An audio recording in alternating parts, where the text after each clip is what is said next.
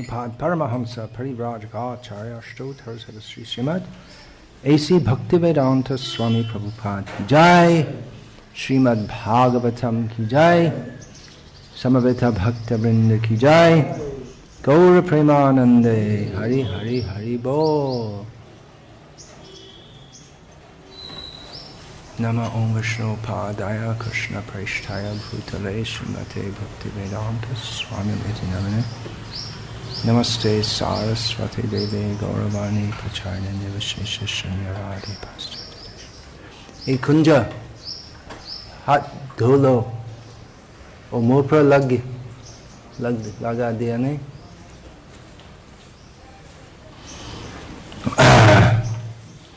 ओम नमो भगवते वासुदेवाय. ओम नमो भगवते वासुदेवाय. ओम नमो भगवते वासुदेवाय. Srimad-Bhagavatam, Canto 2, Chapter 9, Text 36, translation and commentary by His Divine Grace A.C. Bhaktivedanta Swami Prabhupada. Etavat eva jignasyam tattva jignasuna atmanaha anvaya vyatirekabhyam yat syat sarvatra sarvada etavadeva jignasyam tattva jignasunatmanaha anvaya vyatirekabhyam yat syat sarvatra sarvada etavad eva jignasyam tattva jignasunatmanaha anvaya vyatirekabhyam yat syat sarvatra sarvada etavad eva jignasyam tattva jignasunatmanaha anvaya vyatirekabhyam yat syat sarvatra sarvada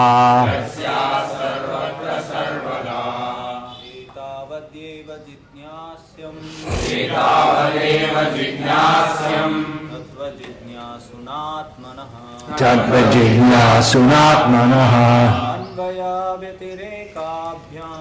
anvaya vyatirekabhyam yat syat sarvatra sarvada etavadeva jignasyam tattva jignasunatmanaha anvaya vyatirekabhyam yat syat sarvatra sarvada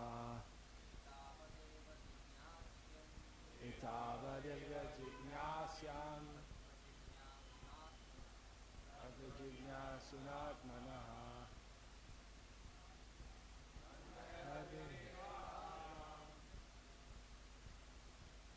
yat syat sarvatra sarvada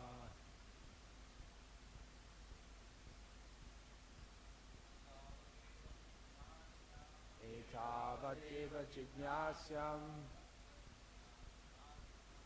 tattva jignasunatmanaha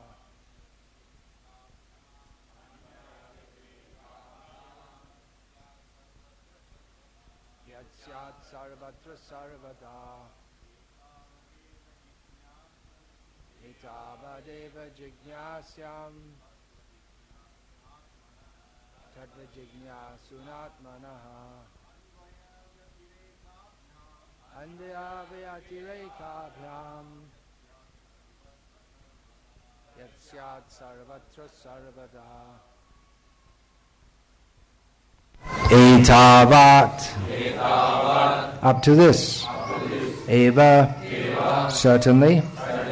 Jignasyam is to be inquired. Tattva, the absolute truth. Jignasuna, by the student.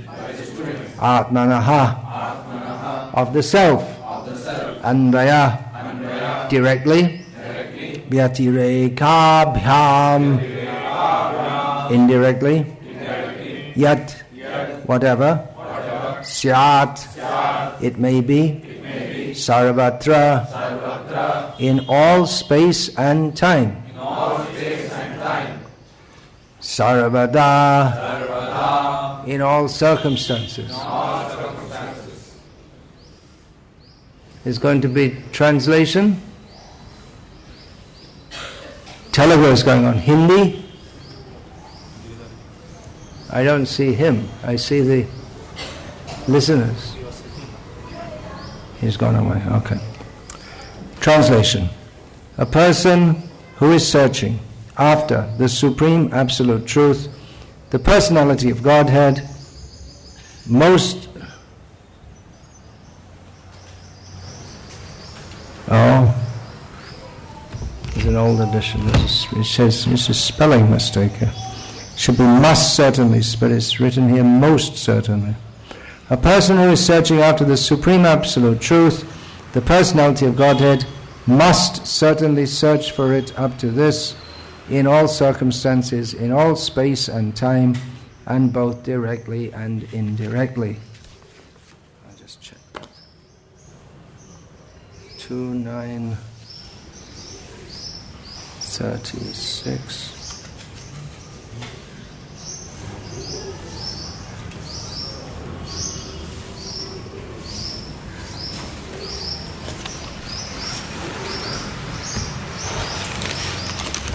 Om Jnana-timirandhasya Jnananjana-shalakaya Chakshur-militam yena tasmai Shri-Gurave Namaha Nama-shreshtham manamapi Shakti-putram atra-surupam Rupam tasyagrajamurupuring mathurim goshtavatim Radha-kundam girivaramaho Radhika-madhavasham Prapto yasya pratita kripaya Shri-Gurum tam natosmi Vandeham Shri Guru Shri Ataf Padakamalam Shri Gurun Vaishnavangscha Shri Rupam Sagrajatam Sahagana Raghunatam Vitam Tam Sajivam Sadvaitam Savadhutam Parijana Sahitam Krishna Chaitanya Devam Shri Radha Krishna Padan Sahagana Lavita Shri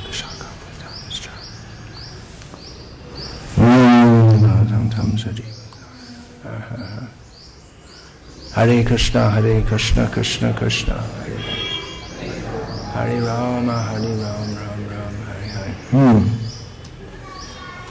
Getting a little mixed up there.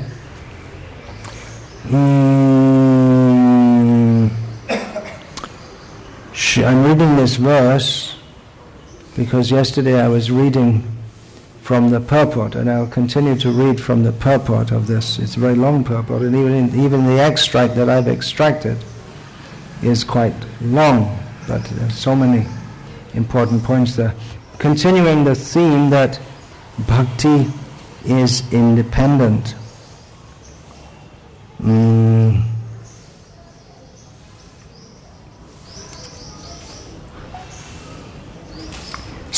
Continuing this.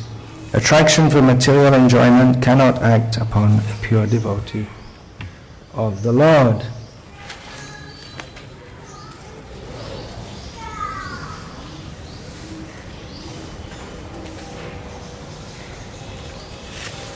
There are hundreds and thousands of aphorisms in the revealed scriptures.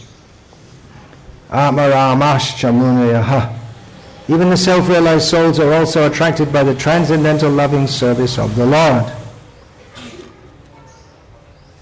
Kichit kevalaya bhaktya vasudeva parayanaha. Simply by hearing and chanting one becomes a great devotee of Lord Vasudeva.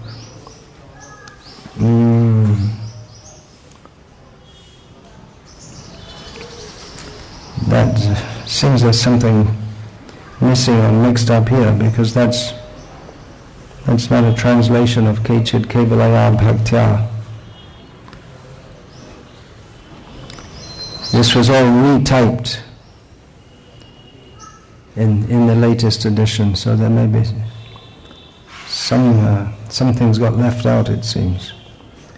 Na chalati bhagavat padara vindal lava nimishadham apiya savaishnava agrayaha. A person who does not move from the lotus feet of the Lord even for a moment or a second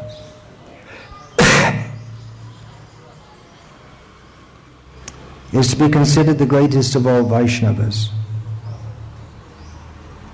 Bhagavat parshadatam prapte mad sevaya pratitam te. The pure devotees are convinced of attaining the association of the personality of Godhead, and thus they are always engaged in the transcendental loving service to the Lord. Therefore, in all continents, in all planets, in all universes, devotional service to the Lord or bhakti yoga is current, and that is the statement of the Srimad-Bhagavatam and allied scriptures. So this is a comment on the word here, sarvatra, which means everywhere. In all continents, in all planets, in all universes, devotional service is current. And elaborating on the theme, how bhakti is universal. It's open to everyone. The largest religious denomination in the world is the Roman Catholic Church. Catholic, the original meaning of this is, it doesn't mean someone who's a member of that church, but it means, do you know what it means? You're from a Catholic family. Slovenia is a Catholic country. You're from an atheist family. Thanks to the influence of the socialism, the Catholic country became many atheists there also. Catholic originally means universal, with the idea, probably not many Catholics know that, it's still sometimes used in that sense. You're from a Catholic family? Poland is strongly Catholic. As an ongoing protest against the communism, it became associated with Polish nationalism to be a Catholic. So it means universal, with the idea that it's open to everyone, it should be for everyone, notwithstanding their split from the Eastern Orthodox Church. Well, they had to give the name the Roman Catholic Church because it wasn't Catholic. If it was actually Catholic, then they wouldn't need any name for it. Just like in India previously, there was no word for religion. Now dharma has come to mean religion, but religion in the sense of compartmentalized religion. This is Islam, this is Christianity, this is Buddhism, this is Jainism, this is Buddhism, Sikhism, and Hinduism. But there was no such idea previously. Just the word dharma is something that everyone follows. Or if they don't follow, they're outside of the civilized human society. And it was completely integrated with every facet of life, including where you have the stove in the kitchen, where in the house is the kitchen, every aspect. What you do when you get up in the morning, every aspect of life, how you behave with different people according to different statuses. There was no separation between religion and one's life. And it wasn't that, and even though there were differing belief systems, you could say that there were Shaivas, Shauryas, Garnapatyas, Vaishnavas, Shaktas, so many different classes. But there was no idea that one religion is different from another. So the Catholic Church, they gave the idea it's meant to be universal. Everyone should be in it. I guess that's the idea. But the name came. Otherwise, it was just the church. There should be no need to classify it as the Catholic Church. If there's only one church, then it's just the church, right? It's supposed to be universal. So, Srila Prabhupada also often said that Krishna consciousness is non-sectarian. You may think, well, it's another group. But it's non-sectarian because it's Atma Dharma. It is the Dharma of the soul. Sanatan Dharma. It is, we may go from one body to another, we may change from one designation of religion to another. I was a Hindu, now I'm a Muslim. I was a Muslim, now I'm an atheist. We may change from one designation to another, but our intrinsic state, our constitutional position, remains the same. So in that way, Krishna consciousness is universal and non-sectarian, and it's open to everyone. So, sarvatra, the word, continuing in this purport, everywhere means in every part of the creation of the Lord. The Lord can be served by all the senses or even simply by the mind. Means we can serve by all the senses. Is very clear. We can serve Him with our tongue. The tongue has two functions: tasting and speaking. So it's a karmendriya and a jnanendriya. By our legs, this is given in the life of Ambarish Maharaja. Savaimana Krishna Padara Vindya Vachangsi Vaikunta Gunanama. You know that verse? Pado Hare. What is it? Paro Hare Mandira Mar. No, that's the hands. Karo Hare Mandira Marjanadish. And Chakar, shooting Chakara Chuta. Sadkato Daya. So like this, he used all his senses. As Srila Prabhupada gives the example, the South Indian Brahmana who served the Lord simply on the strength of his mind also factually realized the Lord. He doesn't give the story here, so you're supposed to know it. You all know the story of the South Indian Brahmana who served the Lord simply by his mind. That's given in the Nectar of Devotion, quoted from one of the Puranas. Can anyone remember which Purana? Quoted from some Shastra. It was a Brahmana in South India.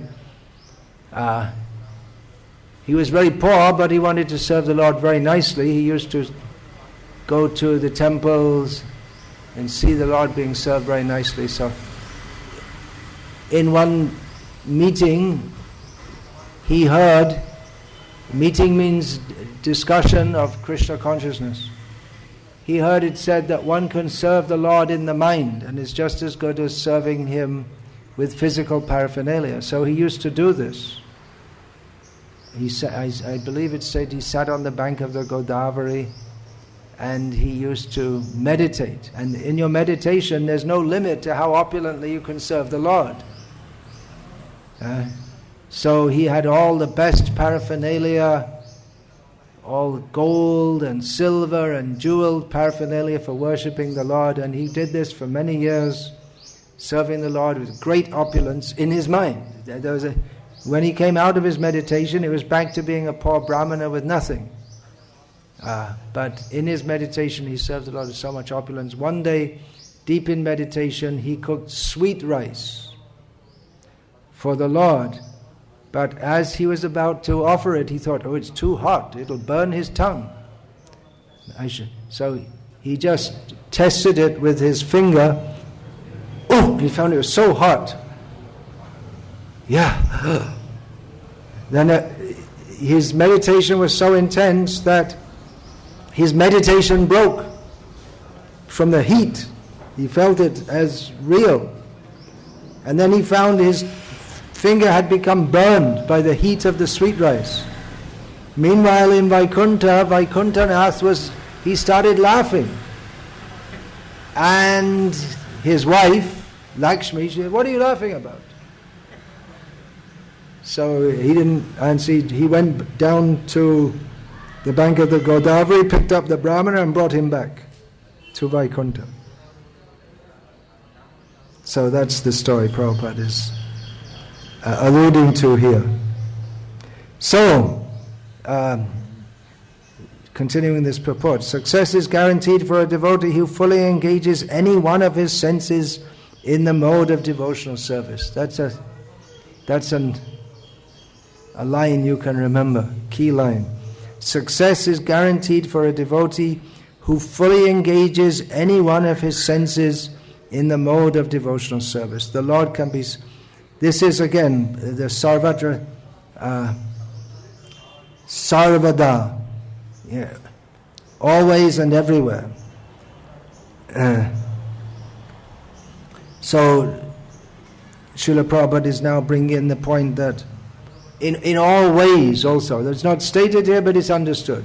Sarvatra, Sarvada, Sarvata means in all ways, in all circumstances. The Lord can be served by any ingredient, even the most common commodity, a flower, a leaf, a fruit, or a little water, which are available in any part of the universe and without cost. And thus the Lord is served universally by the living entities. Of course, nowadays in the cities, you have to, if you want to have water, you have to pay for it. And flowers, you have to pay for, unless you have the luxury of having a courtyard in which you can grow some flowers, which most people in a big city like this, they don't have that. They may just like here, outside the window, they may have a flower box. I don't know exactly what that's called, even in English. Can't remember the name. But we find in many cities in the Western world, people, they have no space, but just outside their window they'll put some earth like this and grow some flowers, but they don't offer them to Krishna. We can suggest to them that the perfection of growing their flowers is to offer them to Krishna. So, going on to the purport, he can be served simply by hearing. He can be served simply by chanting or reading about his activities. He can be served simply by adoring him and accepting him. So bhakti is universal. So independent in the sense that it doesn't depend on any material condition. One can be rich or poor. One can engage one of the senses or all of the senses. Bhakti is independent in the sense that here the sense is given, that not dependent on any material circumstance and widely available. If it's dependent, the more something's dependent on some material circumstance, the less available it is. To be employed as an astrophysicist, it's limited, isn't it? Only people with very specific qualifications. There's that place right at the border of Andhra Pradesh with Tamil Nadu, the eastern border. What's that place? Sri Harikota, where they have the rocket program. So to be employed there, I mean, you could be employed as a sweeper of the floor, but to be employed as a scientist there, it's very limited. You have to get so many qualifications. But to worship Krishna, it's dependent upon certain qualifications. But to serve Krishna, there are no material qualifications. There is the qualification that one has to be willing to do so. One can exercise one's own independence to worship Krishna or not worship Krishna. The jiva has that much personal independence. He can be served simply by chanting or reading about his activities. He can be served simply by adoring him and accepting him. In the Bhagavad Gita, it is stated that one can serve the Lord by offering the result of one's own work. It does not matter what one does. Yeah, that needs a little qualification. That's a general statement, but One could be hired as a hitman for the mafia and going around and killing people on contract. Yeah, that's not the kind of thing devotees should be doing. If that's your profession, it's probably better to change. It's difficult to offer that in the service of Krishna. In the modern age, of course, in a previous age you could fight with the demons, but that's not recommended in Kali Yuga. Physically killing is not generally recommended for devotees. Even then there may be some cases, but not in general. Or to be a butcher, if one is a butcher by profession, better give it up to serve Krishna. One devotee I remember in London, he was a butcher. He became a devotee. Actually, there's more than one. There was one in Germany who was a butcher by background, became a devotee. From the most horrible background to the best position. Generally, men may say that whatever they're doing is inspired by God, but that is not all. Isn't it? People like to think, what I'm doing is inspired by God. One should actually work on behalf of God as a servant of God. The Lord says in Bhagavad Gita, Yad karoshi adashnasi yad juhoshi dadasi yat tapasyasi kaunteya tad karoshva madarpanam. Srila Prabhupada continues. In his purport he states, do whatever you like or whatever may be easier for you to do. Eat whatever you may eat. Sacrifice whatever you can sacrifice. Give whatever you may give in charity, and do whatever you may undertake in penance. But everything must be done for Him only. If you do business or if you accept some employment, do so on behalf of the Lord. Whatever you may eat, you may offer the same to the Lord and be assured that He will return the food after eating it Himself. He is the complete whole, and therefore whatever He may eat as offered by the devotee is accepted because of the devotee's love. But again it is returned as prasad for the devotee so that he can be happy by eating. In other words, be a servant of God and live peacefully in that consciousness, ultimately returning back to Godhead. It is said in the Skanda Purana, Yasya smritya chanamo tapo yagya kriyadishu nunam sampurnatam eti sadyo vande tamachutam. I offer my obeisances unto Him, the infallible, Achyuta, because simply by either remembering Him or vibrating His holy name, one can attain the perfection of all penances, sacrifices or fruitive activities, and this process can be universally followed. It is enjoined in the Bhagavatam, akama sarva kamo va moksha kama udaradhihi tivrena bhakti yogena yajeta purusham param. Though a person be full of desires or have no desires, he may follow this path of infallible bhakti yoga for complete perfection. One need not be anxious to propitiate each and every demigod and goddess, because the root of all of them is the personality of Godhead. As by pouring water on the root of the tree one serves and enlivens all the branches and leaves, so by rendering service unto the Supreme Lord one automatically serves every god and goddess without extraneous effort. The Lord is all-pervading, and therefore service unto Him is also all-pervading. So bhakti is independent in the sense also it's not dependent on deity, demigod worship. It's not that you have to worship the Lord and you have to worship Krishna and then you also have to worship this demigod and that demigod.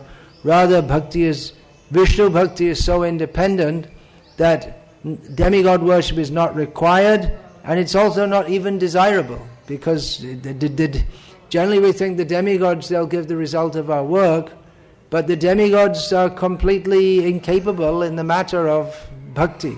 In their function as material demigods, they cannot give bhakti. They can maybe give some wealth, some good health and this and that. acting as agents of Krishna. Of course, personally they may be advanced devotees and in that sense give Krishna bhakti. This fact that the Lord is all-pervading and therefore service unto Him is also all-pervading is corroborated in the Skanda Purana as follows. Archite deva deveshe shankha chakra gadadhare archita sarva deva syur yata sarvagato harihi. When the Supreme Lord, the personality of Godhead, who carries in his hands a conch shell, wheel, club and lotus flower, is worshipped, certainly all other demigods are worshipped automatically, because Hari, the personality of Godhead, is all-pervading. Therefore, in all cases, namely, in all cases, now we'll see in the rest of the sentence this in all cases generally means in all situations. But here Prabhupada is using the word cases, undoubtedly, almost undoubtedly quoting from the previous Acharya's comments. He's referring to grammatical cases. Therefore, in all cases, namely nominative, objective, causative, dative, ablative, possessive and supportive, and there may be other grammatical cases also, according to the language that is being examined, everyone is benefited by such transcendental service to the Lord. Probably we'll find in the commentaries there's some quote or someone has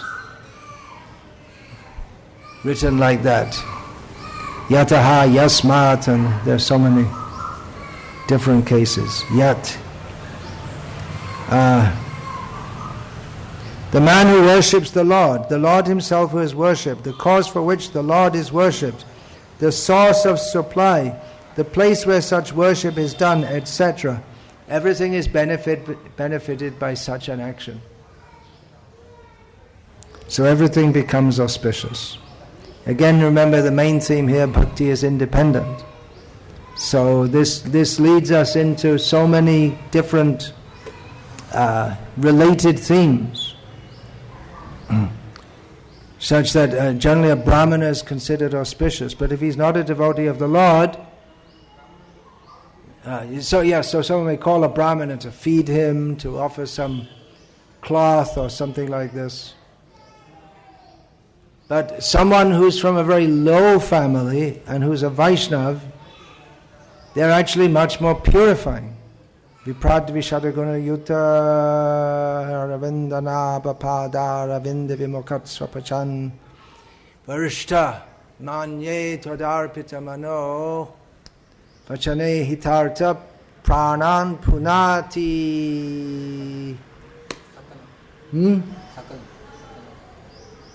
Pranan punati sakulam natu purimanaha. Yeah, that's the verse. This related theme. Prahlad Maharaj says that if someone is born in a Brahmana family, has all the qualities of a Brahmana, he's actually very gentle, learned, clean, etc. But he's averse to the service of the personality of Godhead, then someone who is a dog-eater and a devotee of Krishna is better. Because the Brahmana by birth, despite all his good qualifications, cannot even purify himself, what to speak of others. Whereas the one who's born in a dog-eater's family but who's a devotee, he purifies everything.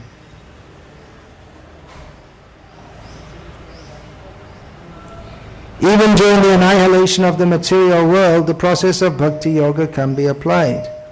Kalena nashta pralaye vaniyam.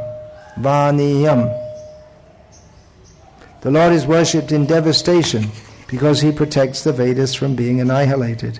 He is worshipped in every millennium or yuga. So you see, He can be worshipped in every yuga, even at the time of devastation, when nothing is left. Markandeya saw Krishna, baby Krishna, sitting on a banyan leaf.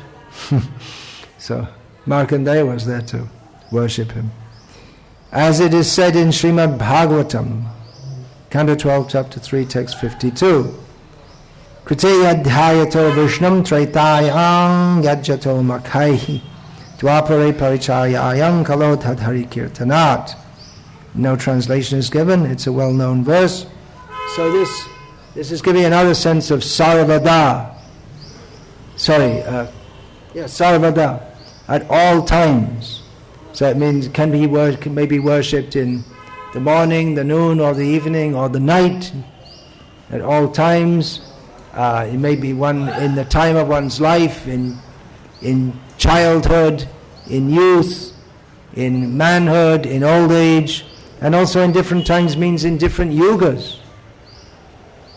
He can be worshipped and should be worshipped by meditation in Satya Yoga, by sacrifices in Treta Yoga, by deity worship in Dwapara Yoga, and by Hari Kirtan in Kali Yoga.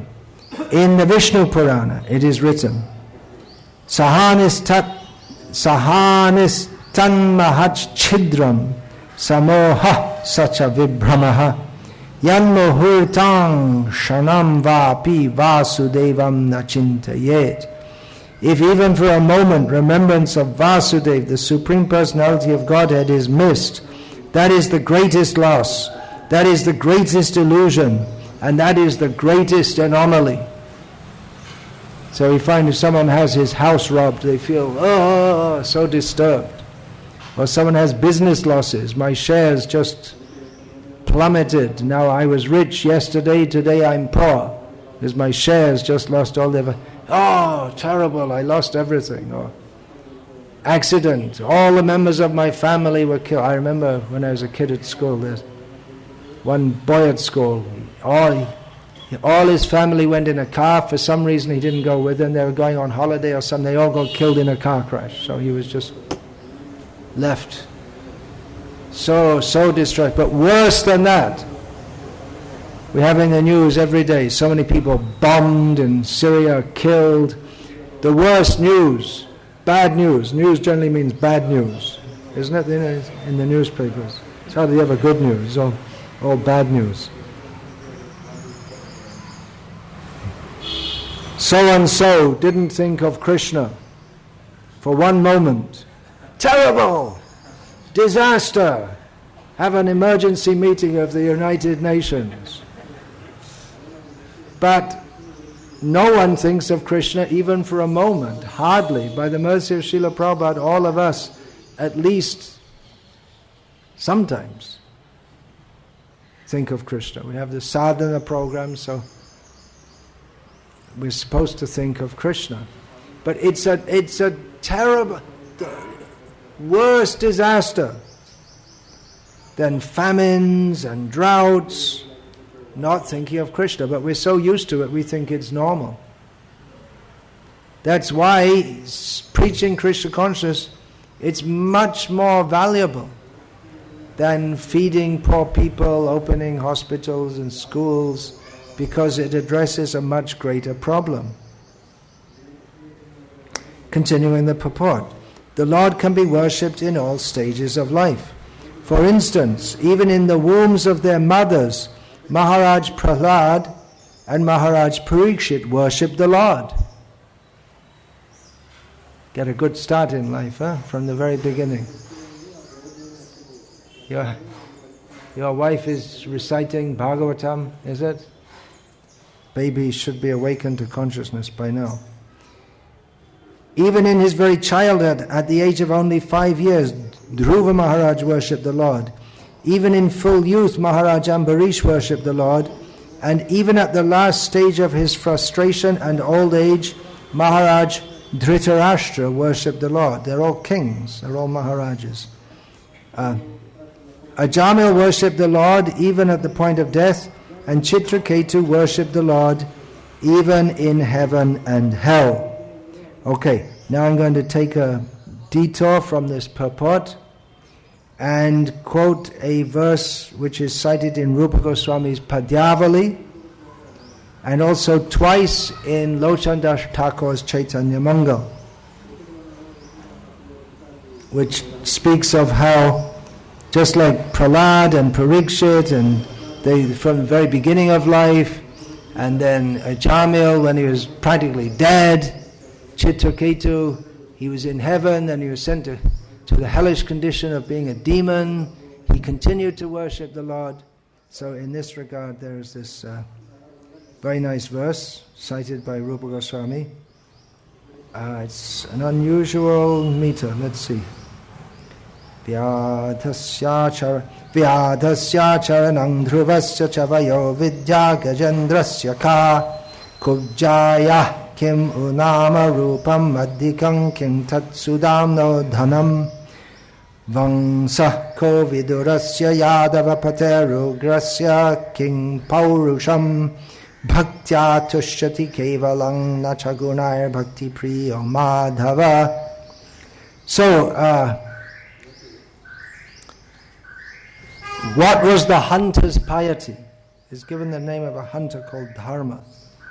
There's a similar story of Mrigari, the hunter, in Skanda Purana, recounted by Chaitanya Mahaprabhu.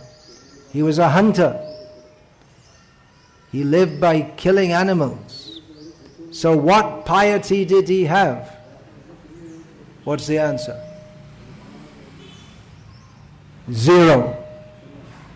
Not only was it zero, but it was minus. He was very sinful, but he took to devotional service. And Vyadhasya charanam, what achar did he? What good behavior did he have? Dhruvasya cha vayaha. What age did Dhruva have? He wasn't mature in age. He was just a young boy. Vidya Gajendrasya. Gajendra, he was an elephant, so it wasn't expected that he was a great learned Pandit, although he did, due to his previous life's worship, he remembered some prayers. But an elephant is generally a dull animal. So it wasn't that he studied in the Gurukul or any such thing. He was an elephant. What knowledge did he have?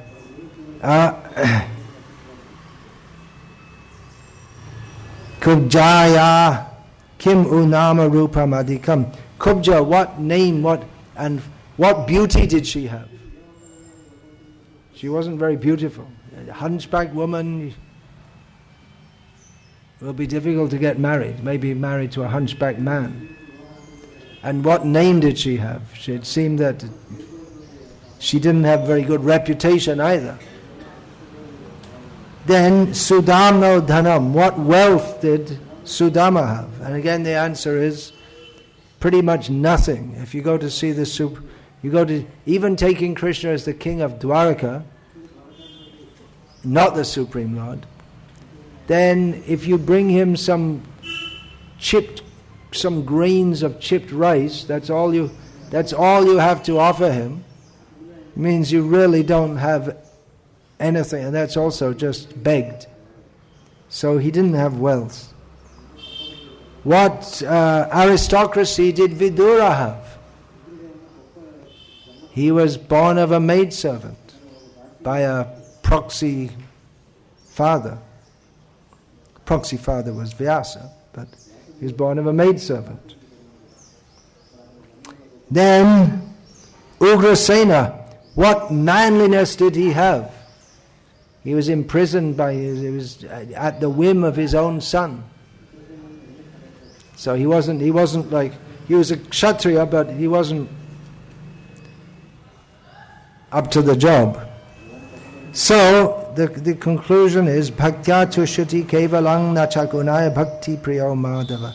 Lord Madhava is pleased only by devotional service and not by material qualification. So it's citing various instances of persons who lacked material qualifications in various ways, but by their devotion to Krishna, they were accepted by him. From Chaitanya Bhagavat, concerning the narration of Kolabecha Shridha, who lived in Navadvip at the time of Chaitanya Mahaprabhu and was extremely poor. So regarding him, Kolabecha Sheboke Dekab Bhagyashima Brahma Shiva Kande Ja Dekhiya Mahima. The mercy that Chaitanya Mahaprabhu gave to him, because he had pure devotion.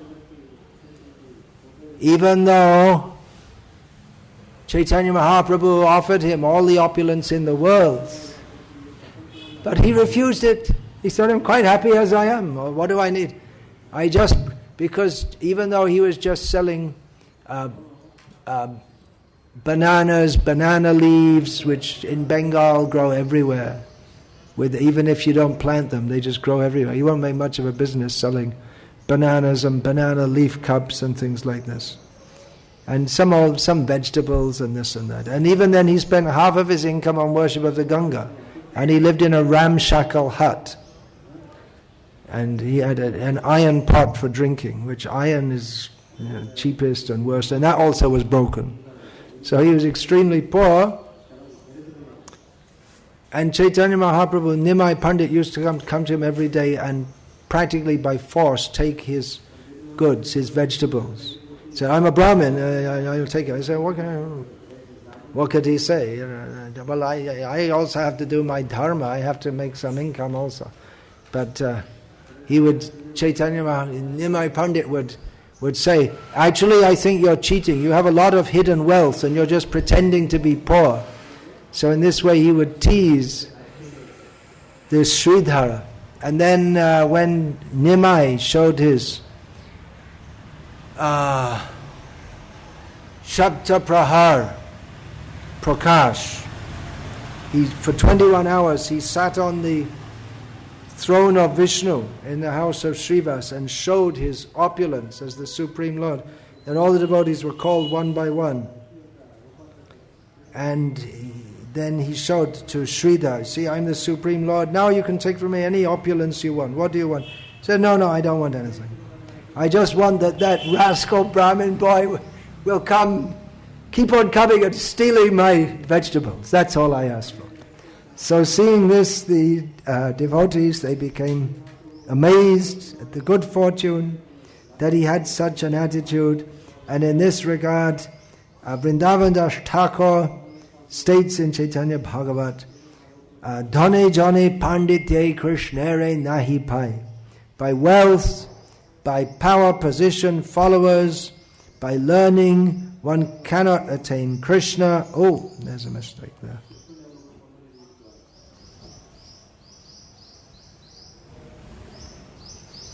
Keval Bhakti Bosh Chaitanya Goshai. Chaitanya Mahaprabhu comes under the control of pure devotion. Similarly, in Chaitanya Charitamrita, when with the narration of Sanatana Goswami lamenting that I come from a very bad background, I was serving the Muslims, the beef eaters and cow killers. So I'm from the very fallen state of society. I'm not fit to serve Krishna. Chaitanya Mahaprabhu told him, Nicha jati nahe Krishna bhajane ajogya, which means ayogya. Shatkul vipra nahe bhajane yogya. By birth, low birth is not a disqualification for performing bhakti, and high birth is not a qualification. It's not simply that by having one high birth one is qualified. Now one may say, well, the Brahmanas, they're allowed to worship the Lord in the temple. Yeah, but that doesn't mean that Krishna will accept it. One may do it as a formality. And one is not barred from worshipping Krishna by being born in a low family. That means you may not be able to do the pujas and all these things in the temple, but one can chant the holy name of the Lord, and Krishna will accept it if one is sincere. Jai bhaje she baro abhakti hino cha, Krishna bhajane nahi jat kuladi bicha. So, same thing. Whoever worships Krishna is actually glorified, and one who is a non-devotee is fallen, rejectable. The worship of Krishna does not depend on birth, position, or any such thing. So what is the... Bhakti is independent but not whimsical. means anyone can take to devotional service. There is one key, and that key is the mercy of the devotees, which may be bestowed upon anyone. But generally, dinere adhik daya kare Bhagavan, kulin pandit dhani baro abhiman. Krishna is inclined to be merciful to those who are very low in society. Because generally those who are born in high families, those who are very learned and those who are very wealthy, they tend to be very proud also. So it's not that by being poor one automatically becomes a devotee. There was Mahatma Gandhi's idea to call the people who are rejected from society Harijan. But that's artificial. It's not by being born in a high family or a low family that one is qualified to serve Krishna. But the tendency to be proud that comes from a material high position, that is a disqualification. So the mercy of the Lord is required, which comes generally through the mercy of the devotees. From Chaitanya Charitamrita, Mahat Kripa Bina Kon Karme Bhakti Noi, Krishna Bhakti Dure Rahu Shangsha Nahi Koi. Whatever one may do, if one doesn't get the mercy of the devotees, then bhakti doesn't arise. So there's the same point. One can do very expertly, very assiduously, all the rules and regulations of karma kanda, but that won't give rise to bhakti. Or one may study the scriptures and become expert in grammatical rules. That won't give rise to bhakti. The mercy of the devotees is required. What to speak of not getting Krishna bhakti? One cannot even get free from the material world. One cannot even get liberation. One cannot even get free from material distress without the mercy of devotees. Then, in Chaitanya Charitamrita is quoted another key verse from Srimad-Bhagavatam, Rahuganaita tapasana yati na chejaya nirvapanad grihadva na chandasa naiva jalagni suryar vina mahatpada rajobhishekam. Jarbharat, who was living completely outside society. He was really nothing to do with this world. His attitude was, I got born, now I have to live this life, and when I die I want to go to Krishna. So I don't want to get entangled with anyone in this world. So he just didn't interact with the world at all. He acted as if a madman. But then, at one point, out of his causeless mercy, he started to instruct Maharaja Rahugana. There's no particular reason to instruct him. Rahugana was an arrogant king. Or you could just say just an ordinary king. Yeah. When he verbally chastised Jarbharat for not properly carrying his palanquin, that was within his jurisdiction, within his right as a king. Just to pick someone off the road and engage him as a servant, well, I guess kings can do that kind of thing. You should pay him also. But the king has many privileges. But Jarbharat he'd been insulted throughout his life for the way he acted as a madman. But at this point, for some reason, that's what we call causeless mercy, he decided to instruct Rahugana. So one of the verses he spoke. When Rahugana Maharaj asked Jarbharat, well, Jarbharat had instructed him. He said, well, how did you get this knowledge? How did you come to this position? And the answer is, for this verse that I just cited, that Devotional service is not possible to attain simply by undergoing severe austerities and penances, by gorgeously worshipping the deity, or by strictly following the rules and regulations of the sannyas or the grihastha order. Nor is it attained by studying the Vedas, submerging oneself in water, or exposing oneself to fire or scorching sunlight. Here's some tapasvis, some, what would be the words? People who perform austerities. They submerge themselves in cold water in the winter.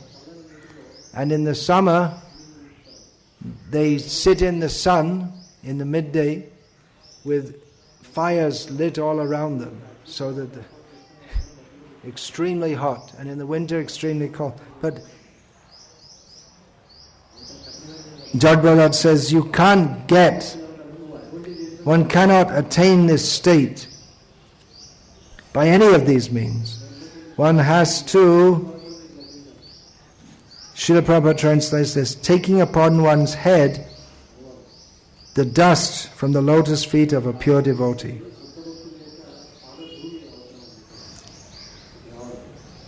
Abhishekam, upon the head. Then another similar verse, similar meaning. Naishang matis tavad is also from Bhagavatam. Naishang matis tavad urukramangrim sprishatjanartha pagamo yadartaha mahiyasang padarajo bhishekam niskinchinanam navrinita yavat. Unless human society accepts the dust of the lotus feet of great Mahatmas, devotees who have nothing to do with material possessions, mankind cannot turn its attention to the lotus feet of Krishna. Those lotus feet vanquish all the unwanted, miserable conditions of material life. So these verses come in a sequence in Chaitanya Charitamrita. You're giving in Chaitanya Mahaprabhu's instructions, they're giving the essential teachings of the Srimad-Bhagavatam. So these essential teachings are summarized in this particular one, that one requires the association of devotees to attain to devotional service. Devotional service is independent, but is administered by the great devotees, who may give their mercy here, there, as they like, as Jadbharat did to Rahugana, for instance. So the conclusion in Chaitanya Charitamrita of this particular group of verses is Sadhu Sangha, Sarva Shastre Koi, Lava Matra Sadhu Sangha, Sarva Siddhi Hoy. That even by a moment's association with a pure devotee, sadhu here means devotee, may not even be the topmost, greatest, but they have the idea of devotional service, then Bhakti Devi may work through such a person, and one can attain all perfection. So on that happy note, I'll finish today's talk, unless there are any questions about this. It's I'm going through in a somewhat systematic way, covering various philosophical points. As we see how Chaitanya Mahaprabhu instructed Sanatana Goswami, Rupa Goswami, there's a sequence. So it's sequence of instructions. So with particular philosophical points being made. So I'm doing that here, taking quotes from here and there. This is more like a class, in the sense of a class, rather than a satsang in the sense of just you come and you hear something. But this is more like systematic consideration of these points. Yeah, okay, any questions for now? Yeah.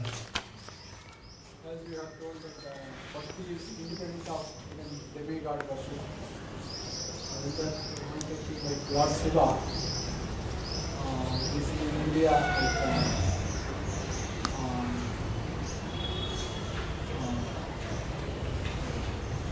how to be balanced between like Shaivism and Vaishnavism. Balance Shaivism and Vaishnavism. How to be respectable for them also, that we know that they're not dependent on any demigod, but they're not irrespective. Worship of Krishna does not rely on worship of any demigod. Then you should see Bhakti Rasamrita Sindhu that we may respect the demigods, knowing their position, that they are appointed by the Lord for service in this world. Lord Shiva's position is not like that of ordinary demigods, but also not fully like that of Vishnu.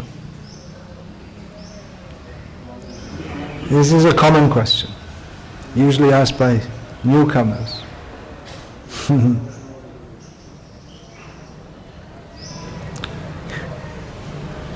To give an example, bhakti is not dependent upon brushing our teeth. But in bhakti we also brush our teeth. That's also for maintenance of the body. So in human society, demigods, they are there and we respect their role, what they're doing. But we know that, and we don't disrespect them, but at the same time we know that our real business is to worship Krishna, so we don't make a big thing out of it. We don't worship them independently of Krishna. And actually we don't need to worship them at all. Okay, Hare Krishna. Srila Prabhupada ki jai, Srimad-Bhagavatam ki jai, Samaveta Bhakta Vrinda ki jai, Hare Krishna. How was your Sanskrit class yesterday? Good. He don't have experience of teaching the kids. Oh, he teaches young men, huh?